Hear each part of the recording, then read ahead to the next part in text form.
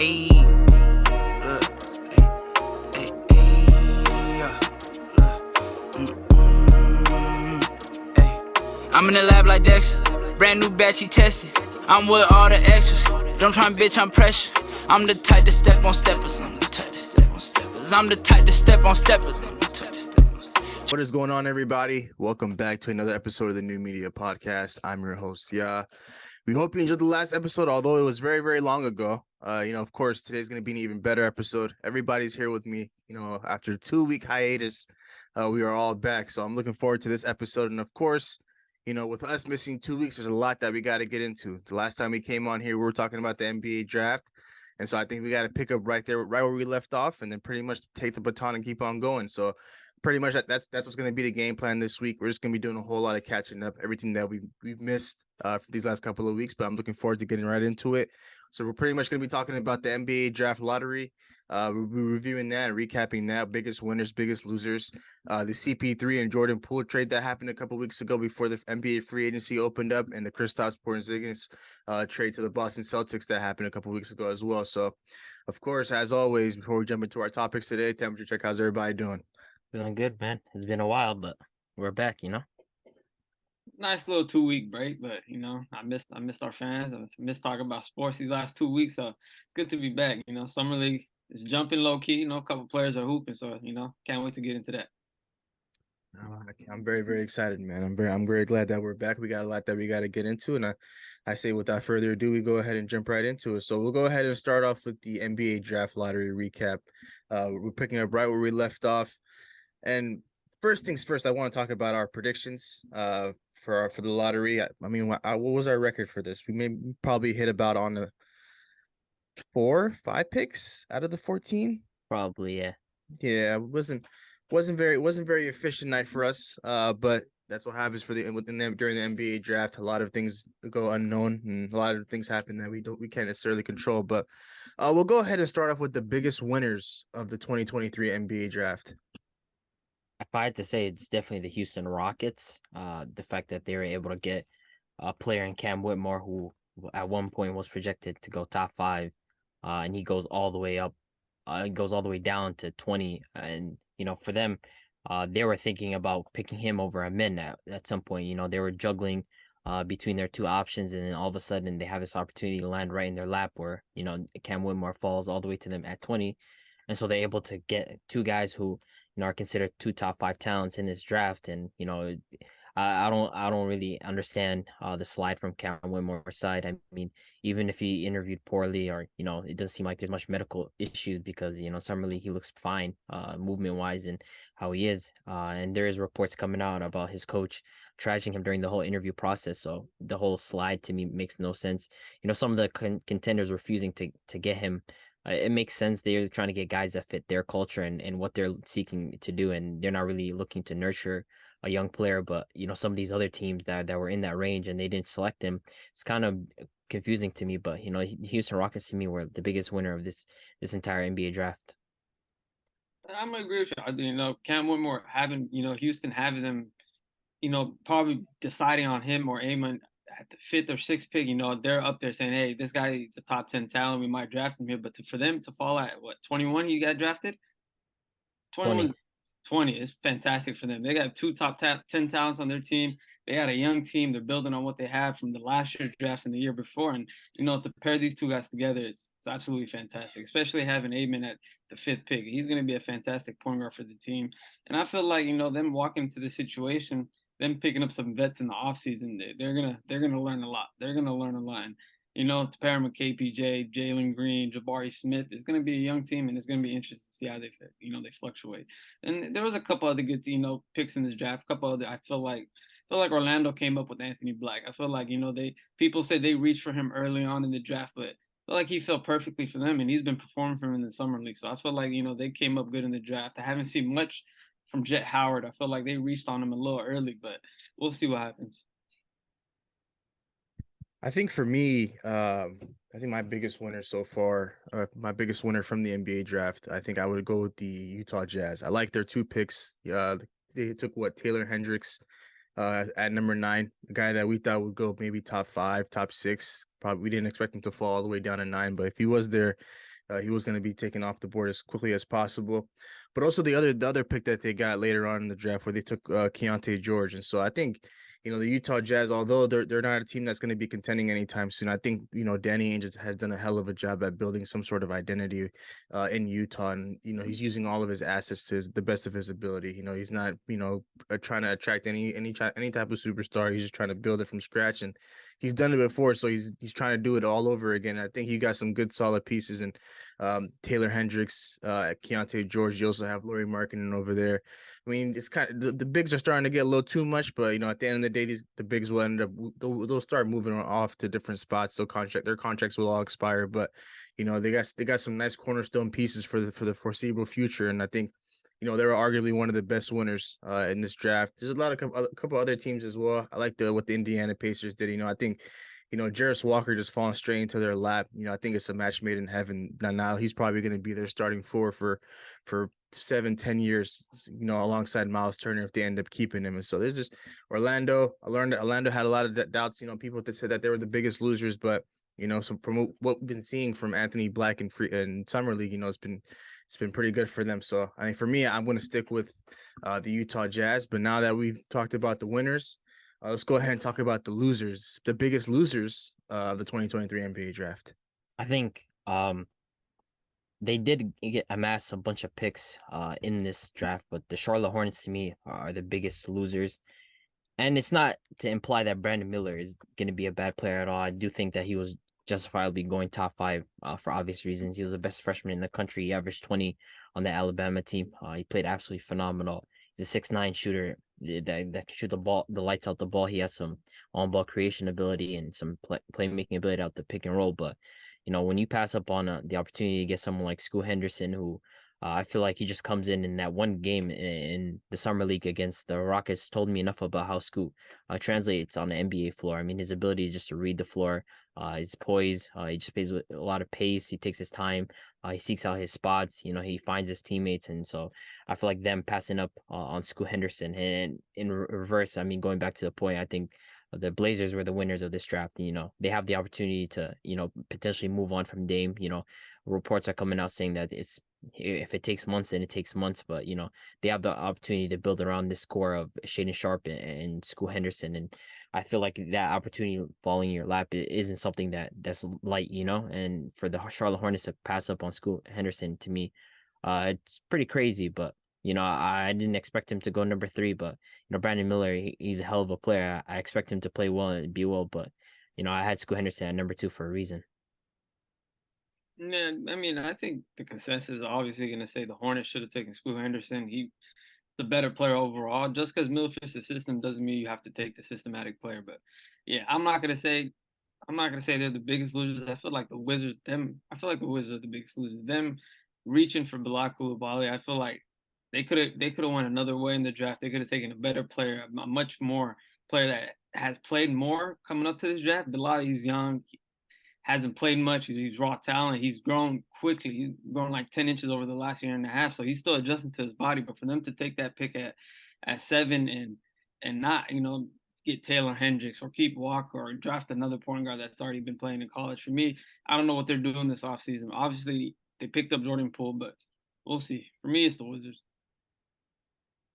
I think for me, I got 2 teams in mind. I got one being the New Orleans Pelicans. I think them taking Jordan Hawkins out of Connecticut just doesn't sit right with me. And I completely understand, the fact that they lacked shooting last year, and Jordan Hawkins is a good shooter. But, I think there's a lot of other prospects, a lot of other talented guys on the board still available for them to pick. And they took a guy that, that kind of made a name for himself during March Madness. And, I think March Madness is the biggest stage in college basketball, of course. But, if you're able to make a name for yourself that late into the season, I kind of question who you were as a player throughout the course of the whole season. So, and it's kind of hard to trust. So that's one for me. I think I think the Pelicans could have done a better job at drafting. I think they could have taken, either Keontae George, Cam Whitmore, who was sliding at that point. There's a lot of other options that were a lot better than Jordan Hawkins. And then number 2, the Dallas Mavericks. I believe they took Derek Lively.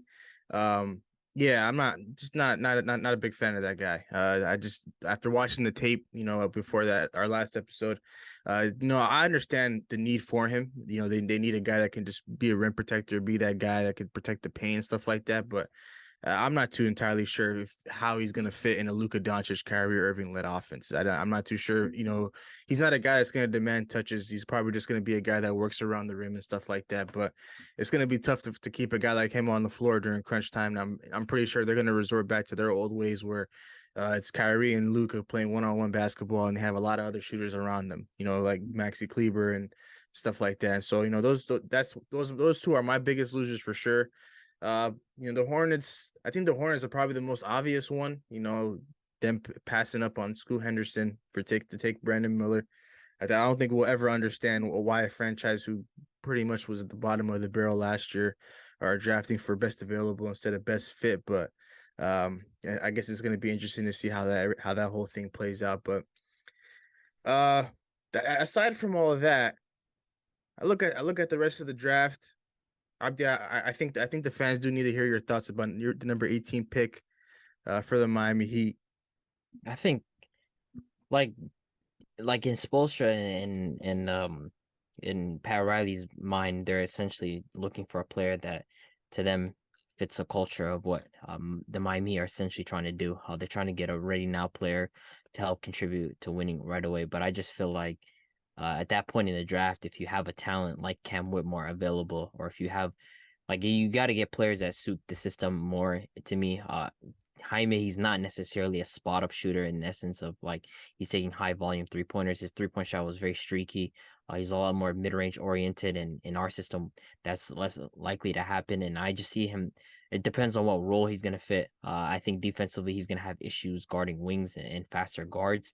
I'm curious to know what position he's gonna essentially slot into, because even if you see him as being like the Max Strus a replacement, Max Strus is, to me, has the edge in terms of athleticism, and I think he was a much better movement shooter in what he offered. And we already had Duncan Robinson as another movement shooter. I feel like getting someone that's more of a defensive wing like Max Prosper, or even getting a guy like Leonard Miller, or even Jalen Hood-Schifino, who could have been a Kyle Lowry replacement coming up this season. Any sort of replacement for key areas. I just don't buy into what Jaime essentially brings to this team. He might end up being a good player, and I might be wrong, but from what I see and from what the tape is, I just don't trust 4-year players who are high scorers, but I'm not necessarily sure what role they're gonna buy into when they come to the league, especially one where I don't trust his agility and his athleticism. He has a good vertical leaper, but outside of that, I don't buy into his athleticism. I would have preferred a lot of other different prospects, but I want to see if I'm proven wrong. Any head scratchers in this draft? Any picks where you were like, okay, this guy might have went a little too early in comparison to my big board? I want to say Bryce Sensabaugh going 27 is a head scratcher for him going that late. I understand the concerns about his knee, and that's why he's not playing in the summer league. But I genuinely thought this guy was a top 15 talent at worst. He's one of the best scorers coming into this draft. I was shocked at the fact that he went at 27. Gigi Jackson going at 45. He's another guy that I'm really high on in terms of his talent. If it makes sense that he slipped, but I'm not a fan of it. It's a bit head scratching for teams not to reach for talent like that. There's a lot of Keontae George going 16. I think that's pretty fair for where he was estimated. Cason Wallace going at 10 kind of shocked me to OKC. I didn't expect OKC to go for him. Not that he wasn't going to be drafted between 6 to 15, but I like the idea of them getting him, and to me they won with that pick right there, because they get another versatile guard that can do a lot. And I'm a big fan of Kentucky guards. I feel like a lot of Kentucky guards, when they come into the league, they offer a lot more than what they were showing in college, because in college they're bought into a role. You see guys like Tyler Hero, Jamal Murray, Devin Booker, a bunch of other guys, when Emmanuel Quickly, Tyrese Maxey, the list goes on of Kentucky guards that just come into the league and they just start hooping. So, I'm a big fan of Cason Wallace. And, in terms of head scratchers, I did see Trace Jackson Davis from Indiana. I don't know if that was because him being promised by the Warriors, that's why they gave him a contract. That's why he didn't essentially get drafted till late, or I don't know what the situation that is, but the guy was literally at worst the third best player in college. I'm not a big fan of undersized centers like that, but he's another guy that should have been drafted earlier. So there is some head scratchers that went on during the draft. Big issue. You content with your pick, Jalen Hood-Schifino? I'm content with it. He can work on his jump shot a little bit, work on his 3-point game. But what I've seen in summer league so far, he's been playing good. First game was kind of slow, but the last 3 games he's kind of picked it up, and he's been contributing to the team. So I mean, with our depth chart, with Reeves and D'Lo coming back and kind of mixing it up, picking up a lot of wings, I think he's gonna have an opportunity to play some point guard this year. So we'll see what happens. Actually, there is another head scratcher. The Atlanta Hawks taking Kobe Buffkin, and the reason being is why did they sign DeJounte Murray then? Like, there's just a log jam of guards now on that team. You have Bogdanovich, you have Trae Young, you have AJ Griffin, you have DeJounte Murray, you have Kobe Buffkin now. You have a bunch of guards. AJ Griffin can play the 2 and he can play the 3, but you still have a bunch of just guards on that roster. And now they just extended DeJounte Murray, I believe. So it's like, what's the plan? Like, why didn't they go more wing heavy with that pick? I'm trying to figure out what the idea is. I don't know if the Hawks are trying to stockpile picks and essentially trade them for a guy like Siakam, which has been a rumor as of recently. But Kobe Buffkin was a head scratcher going to Atlanta because you have a bunch of guards, and I rate him very highly. He's one of my favorite players in this draft, but I don't know why they would take a guard. It doesn't make much sense. Yeah, that one doesn't make that one doesn't make any sense at all. But I think I'm kind of getting a sense that there's something that's going on the back end in Atlanta that we're just not aware about. And I think it's either Trae Young's going to be gone real soon, or they're trying to move off from DeJounte Murray real soon. But it's going to be interesting to see how that whole thing plays out. Why give the extension to Murray and just move on for him? That just makes no sense for me. You sign him to a 4-year. Well, it depends. It depends when DeJounte Murray's contract was expiring before this extension, though. Because if you're in trade talks for somebody and you want to move DeJounte Murray instead of Trae Young, a lot of teams might be hesitant in taking DeJounte Murray because he's probably going to be on the roster for maybe 1 to 2 years max. But now he's locked in for the foreseeable future, so they could probably take on that contract. They could probably take him on, and they won't feel like he's going to be leaving anytime soon. So I think that's probably the only reason why they gave him that contract, just to kind of keep him secure for a little bit. And if they're looking to move him real soon, then I think he'll probably be the first to go over Trae Young. But I think sometimes within the next year, Trae Young's going to be out of there. I think Trae Young in the next year, he's going to try to leave. I don't see him staying in that situation. It's not winnable for him, So probably the next year, he's going to be like, hey, I'm trying to get out of here. And they're going to keep Deontay.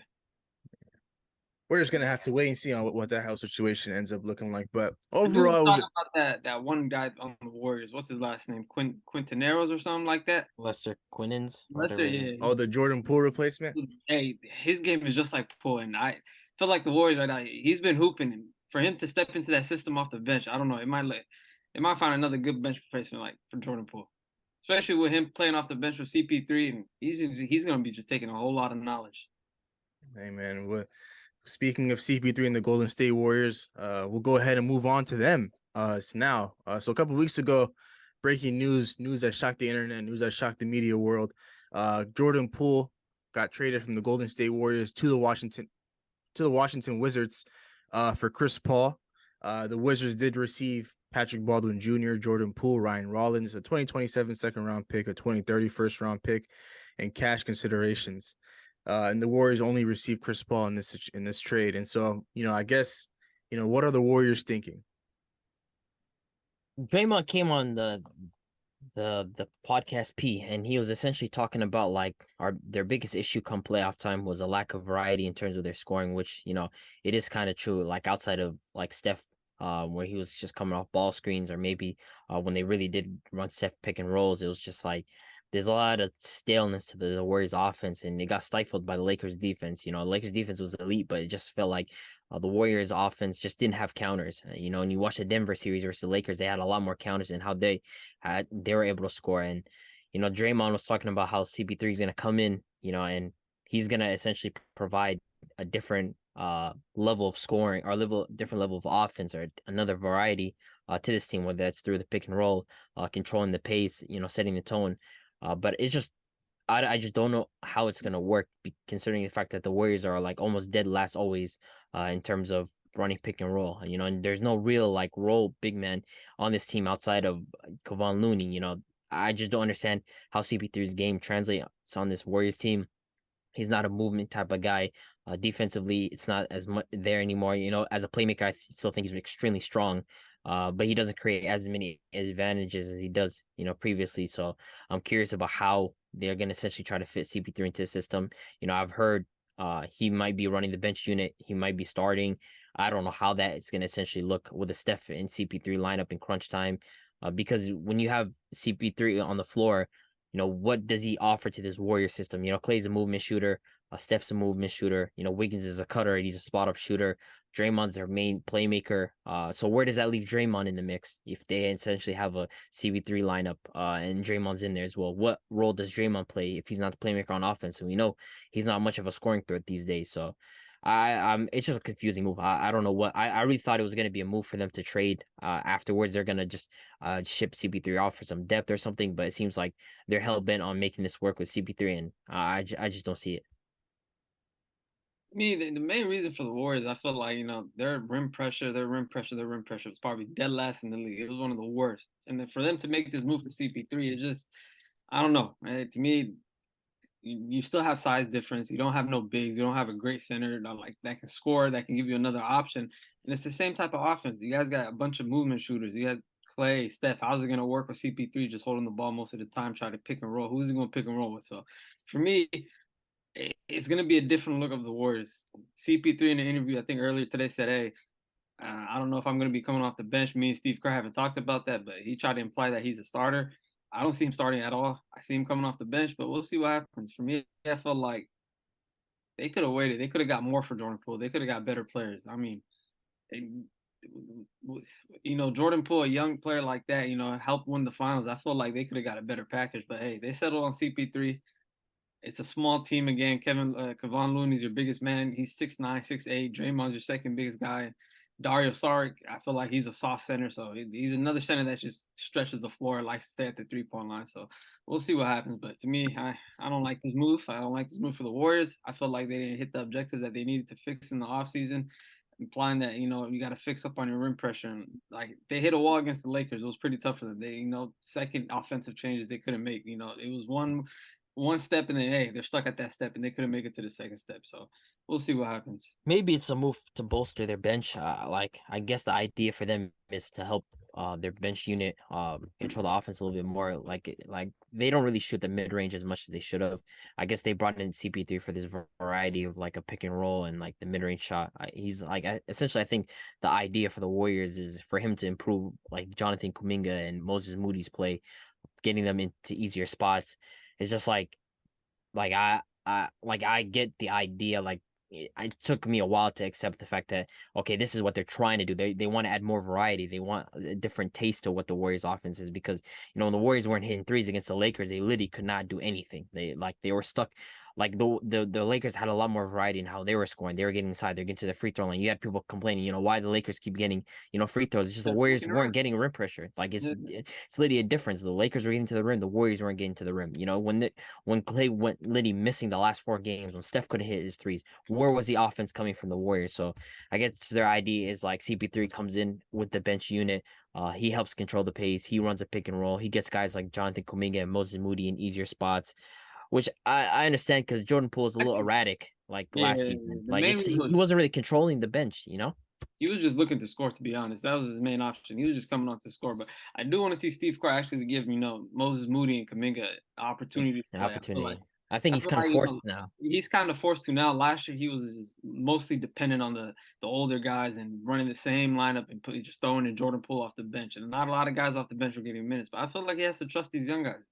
Kuminga, Moses Moody, athletic guys, some guys that can stretch the floor for the Warriors, can play defense. And we'll see what CP3 does with the bench unit. But I don't know, man. I feel like Jordan Poole, you could have got more. They could have got more for Jordan Poole. And they didn't even necessarily have to trade him. If they didn't have to move off of him. It didn't make any sense to me. It didn't make any sense to me then. It didn't make any sense to me now.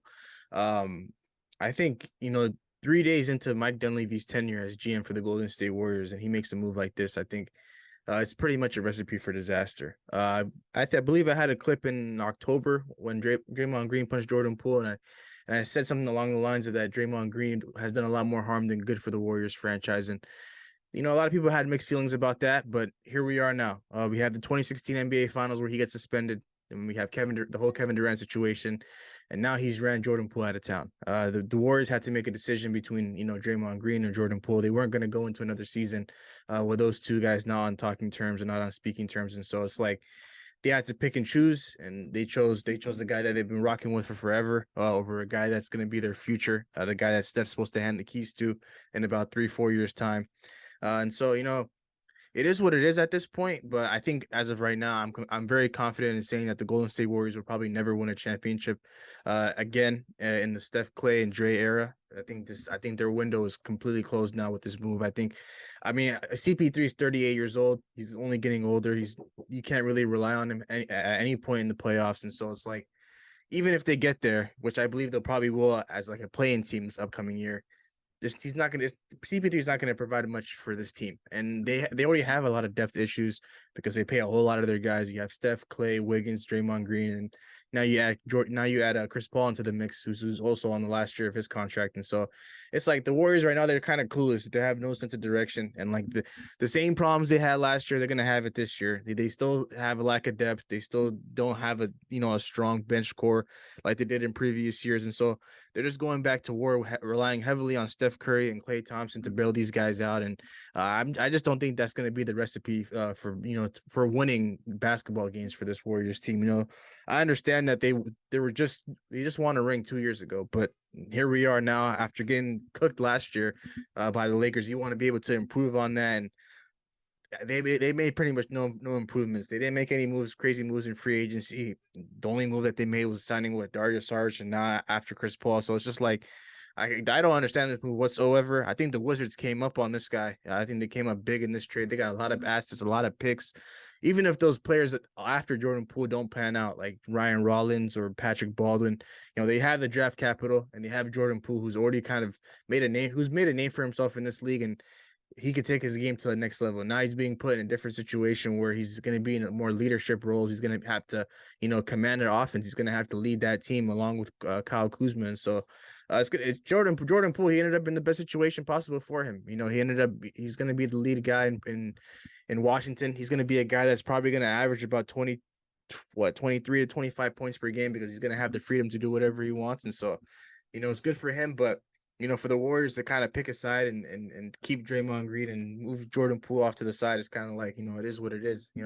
At what point does it stop? Because you just paid this guy, you paid Draymond Green another $100 million contract, and now he's locked in for another 4 years, I believe, 3-4 years.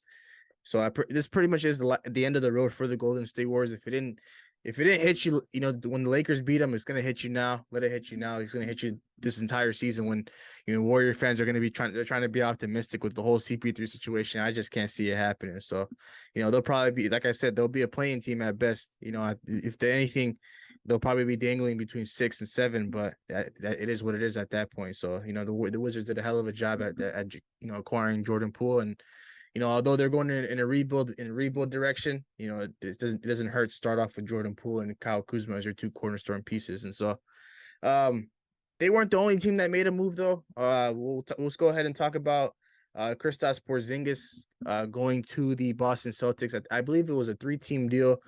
Kristaps Porzingis and 2 second-round picks ended up getting traded to Boston. Tyus Jones got moved from Memphis to Washington, and the Memphis Grizzlies picked up Marcus Smart. And so, does acquiring Kristaps Porzingis push the Boston Celtics over the hump into win an NBA championship? I believe so. Like, you acquire a guy that's basically an all-star level talent. When we look at it, I mean, he had a career year in Washington this year, like their best player in my opinion. His ability to shoot from the outside, his post-ups. He was extremely efficient, whether he was outside or inside. And I feel like this gives them another dimension to their offense. It's not like a Jaylen Brown, Jason Tatum situation. Now you have a big who you can run a 2-man game with. I feel like their bigs essentially, like offensively, like were non-existent. Especially Al Horford, his 3-point shot disappeared. Robert Williams is heavily reliant on just lobs. He's not much of a scorer like that. Grant Williams is just a spot up shooter, so it felt like their bigs lacked any sort of like offensive threat. And you got to have something to your bigs that allows you to be more have multi dimensions on offense, and they were lacking that. Now you bring in a guy that's going to be able to post up. He's going to be able to shoot from the outside. He's going to space the floor. He's going to be a shot blocker and drop coverage. So he's going to offer a lot to this team, and I feel like this definitely takes them over the hump. To me, they're the number one team in the East at this point, unless there's some major move going to be happen within the next 2 to 3 months. But I see this team being the best in the East, because now they got a big that's basically an all-star level talent for, they didn't lose much. I know Marcus Smart was the heart and soul of that Boston Celtics team multiple times in the playoffs. This guy showed up big time, game 6 in that Sixers game. The first half he was huge, but at the end of the day, they moved on from him. He's not someone that's going to be sorely missed in terms of what he brings offensively. I feel like Kristaps Porzingis, what he brings on the offensive end, it's a lot more than what Marcus Smart could bring. So this definitely takes them over the hump. Yeah, I 100% agree. Most definitely takes them over the hump. For me, it's just, coming down to late game situations and you're having Marcus Smart take a shot. And it's like, it happened multiple times in the playoffs where the ball ends up in Marcus Smart's hand and it's 3 seconds left. You don't want that to happen. You want Tatum taking that shot. You want JB taking that shot. I feel like, them getting rid of Smart, it kind of opens the opportunity for Tatum down the line, regardless of the situation. He's going to have the ball in his hands. He's going to take that shot. Just to add Porzingis to that team, like Abdi said, Horford, he's aging. His shot has fallen off. He's not, not a pick and roll player like he used to be. And then you got Robert Williams, he's just a lob threat and a defensive guy. So, offensively, KP's a shooter. He can get to the basket, a mid-range guy. He can play the pick and roll. So adds another threat to the offense. Add, more spacing. You can put him in the corner. He can hit that corner 3, Sometimes Marcus Smart, he has his days and he'll shoot 1 for 16 from 3 and it'll be horrible. So another reliable shooter on the court for, Tatum and Brown to spread the ball to. And they're one of the best teams in the East this year, and I feel like some stuff happened. I feel like they could have made it over the hump, but hey, next year is a new year, so them picking up KP, them getting rid of Grant Williams, Marcus Smart, and all these other bench role players, I feel like they got a nice little lineup. You go with Derek White, JB, Tatum, Rob Will, and put KP at the 5. Got a nice 5 right there. Stretch the floor. Robert Williams is a great defender, so I don't think they lose a beat on defense either, but it takes them over the hump.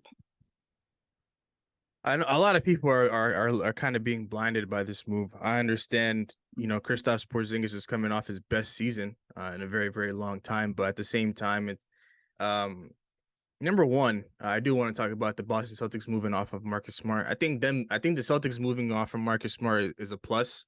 I believe I've been saying this for a while now. I can't trust Marcus Smart as a point guard. I can't trust him to run my offense, and so he was only just putting a lot more pressure on guys like Jaylen Brown and Jason Tatum to facilitate the offense and run the show. And so for them to move off from Marcus Smart, it's a step in the right direction. I like that move, but acquiring Kristaps Porzingis, it's also a plus. I do think he's a quality basketball player, but there's some question marks that are there because Kristaps Porzingis isn't the healthiest guy in the league, and he's coming off a season where he's played 65 games, averaging 22 points, 8 rebounds, and 2 assists, and a couple blocks and stuff like that. And so this is the most healthiest he's been in a very, very long time. But what happens if he gets injured on the Boston Celtics? What happens if he gets injured this upcoming season? So it's pretty much like after without him, it's pretty much the ship is sinking. Jason Tatum and Jaylen Brown can only do so much, but they're if they don't have Kristaps Porzingis for a good portion of the season, the season's not going to go as they hope they wanted to go. And so their main problem was the point guard position. Them moving off from Marcus Smart, good. I was looking forward to them replacing Marcus Smart with a quality floor general to help aid guys like Jaylen Brown and Jason Tatum, take the pressure off those guys so they don't have to worry about getting buckets and running the show at the same time. But I think now they just kind of have the same problem they did as they did last year, but they have a little bit more talent on offense. Yeah, Kristaps Porzingis into the mix, and so it's kind of like he's another offensive weapon, but somebody's got to be running the show. Somebody's got to be the floor general, and that's going to be either Jason Tatum or Jaylen Brown, and that hasn't worked for them. That hasn't brought them much success. Although they've been getting to the Eastern Conference Finals and they've gotten to the NBA Finals, they needed a floor general to get themselves over the hump. That's exactly what they needed. And, I think Kristaps Porzingis he's going to do pretty well for this team. But I'm not too entirely confident in, this guy being the needle mover and taking the Boston Celtics to the promised land and winning them an NBA championship. I just can't personally see it. But as of right now, with how the West, not the West, with how the East is stacking up, I think, they probably do sit at one. The I mean, Miami you just Heat got to are, think about it. The same positions that Al Horford was in, where he was missing shots against the Sixers, or he was missing shots against the Hawks, and he was going 9 for 45 in one series. Now you have Kristaps Porzingis essentially taking that spot, and he's not missing those same looks that Al Horford was getting. And on top of that, he's going to be able to score a lot more than what Al Horford was going to bring. I think. Like defensively, they're not gonna miss a beat. I mean, Jason Tatum's still an elite wing defender. Jalen Brown has his moments as a defender, and they have two like basically elite shot blockers and Rob Williams and Kristaps Porzingis. So I feel like Derek White. the same, yeah, and Derek White. Obviously, I can't believe I forgot him. He's another great defender on that team. So it's not like they're gonna miss a beat on defense. And offensively, now you have a big that's literally just gonna be taking the same shots that Al Horford was getting, and Al Horford was getting a bunch of open looks just because of Jason Tatum and Jalen Brown. So now you have a guy that's gonna fill that role. I just don't see how it's gonna fill. I mean, you gotta put the ball in Jalen Brown's hands. We trust Tatum with facilitating the rock, but we got Jalen Brown on the other hand. I mean, it shouldn't be that hard at this time. If Porzingis is open, they're gonna get him the ball, man. And I think the guy's gonna find ways to score. Whether he's gonna post up, whether he's gonna spot up in the corner, or whether he's gonna be the dunker spot, just waiting for a dump off. In a variety of ways, and now you have options where you have Porzingis at the 5 and you switch Tatum over down to the 4. You have a lot of versatility with a lineup like that. So, I think Porzingis taking Al Horford's spot, it's a huge difference because Al Horford went missing in terms of his jump shot. We'll see how it ends up working out, but I like the first trade offer that they had on the table first. I think it wasn't Marcus Smart. I think it was Malcolm Brogdon, and I think he was going to the Clippers, if I'm not mistaken. But then I believe there's something went wrong with Malcolm Brogdon's physical. He's been dealing with an injury since the postseason, and so they weren't really too hot about him, and so they pretty much declined the trade. But I can only imagine what a lineup with Marcus Smart, Jalen Brown, Tatum, Porzingis, and then any other guy they play at the 5, whether it's Horford or Robert Williams, that would have I think personally pushed these guys over the top. Because although I'm not the biggest Marcus Smart fan, he does his job pretty decently, and although his offense and facilitating bag isn't the greatest, I think he still does enough for this team, and I can still trust guys like Jalen Brown and Jason Tatum to run the show, and then have Marcus Smart kind of do his thing. But they legit have no point guard right now, so they're pretty much in the same position they were in last year. But their idea is to empower Derek White to get more touches now that he's going to be starting as their point guard. Their idea, I mean, the guy most of the time, to me, he was their third best player, especially in that Atlanta Hawks series. I mean, the guy was just phenomenal. He cooled off a little bit the next series, but their idea is let's empower Derek White, let's give him more touches. Marcus Smart is expendable. Let's replace that with a good offensive piece in Kristaps Porzingis, who's going to be essentially taking the same shots Horford was getting and providing a lot more offensive threat. So. If the Miami Heat end up landing Dame, which they probably will within the next 3 to 4 weeks, who do you think wins this? I don't know if series? it's probably, man. It's dragging out now. Now it's dragging out because I don't think Dame lands in Miami, bro. A report just came out saying if it takes months to find a good offer, it's gonna take months. Like right now, it's a war. Like in the Blazers' mind, like I assumed that at first that they were gonna do him right and just send him wherever he wants. But they're thinking, okay, this guy doesn't have a no trade clause. Like we can send him where we want to send him and get the most value. So. I think they're just it's gonna hold out. But if we, hypothetically speaking, do get Dame, I do like us more than the Boston Celtics just because of who Dame is as a player, and I like that 3 a little bit more than their big 3. But it's gonna be something where it's a 1-2, like it's the same 2 teams always in the Eastern Conference Finals. It's always the Boston Celtics and the Miami Heat, and I'm not too high on the Milwaukee Bucks, so it's really just those 2 teams. That's fair to say. I think eventually a deal will get done though in Portland, because I think at the end of the day, where they're kind of keeping their cards close to their chest. They're not trying to give too much information out. They understand that Damian Lillard is not going to be back next season, and his only destination is to get to Miami. But I think they just got to they got to put a better offer on the table. It doesn't make any sense for them to take on Tyler Hero. They already got a lot of guards over there, so trying to get that third team is going to take a little bit of time, and they want to make sure they get a lot of quality picks for him. But I think at the end of the day, if it does take a couple months, it's just gonna come down to Dame and whether or not he reports to training camp, and that's gonna be some time, and we're just gonna have to wait and see on that. But with that being said, though, any final words before we close out this episode? Man, I mean, this is like the worst time in sports where it's like no NFL really going on. Trades have kind of just dwindled down in the NBA. Nothing huge, just really extensions at this point. Not much going on. Just really summer league. So we're in the worst time of sports, man. We got a couple months left, man. We just gotta get through this, Yeah. Coming up soon. We only got 9 Sundays left. Yeah. 9 Sundays, and we're back with football, and we got a lot more to talk about there, man. But this is the dog days of summer. There's not a lot going on, but we do got a few things that we got to get into in our next episode that we'll get around to this upcoming week as well, along with this episode. And so, of course, we'll go ahead and close out this episode here. Thank you so much for tuning into today's episode. We really appreciate your love and support. We'd greatly appreciate it if you like, comment, and subscribe to our YouTube channel at New Media Podcast.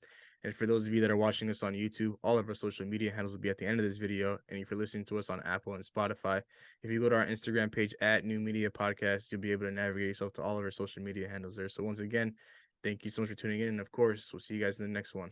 Peace. Record a new hit, then we making us a film. Wouldn't sign a deal if I got a couple mil. Been in the lab, now they throwing out deals. Me and now H, now that's overkill.